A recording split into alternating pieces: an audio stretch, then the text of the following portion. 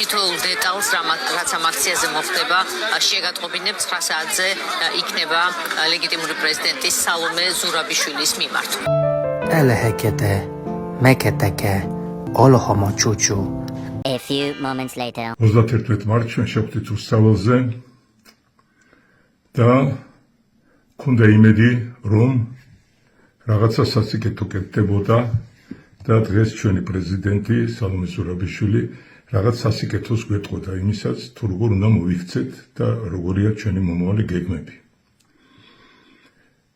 მე შემიძლია თქვა რომ ძალიან ბევრი ადამიანი გულმოდგენი წავიდა იქიდან თუ არა ყველა და მე მათ შორის თქვენ ვინც იყავით იქ და ბევრი ვინც იდექით სცენასთან ახლოს ნახავდით რომ მიკროფონი გამორთეს. მიკროფონი გამოირთო და არ მოგვეცა საშუალება არც მე და არც ხვებს რომ თავისი აზრი გამოგვითქვა იმის შესახებ თუ რაზე ილაპარაკა დღეს სალომე ზურაბიშვილმა.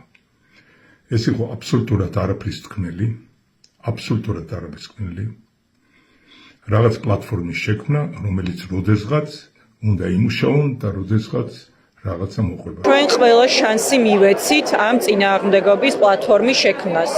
მაგრამ სამწუხაროდ არანაირი რეალური წინააღმდეგობის ერთიანი პლატფორმა არ შეიქმნა.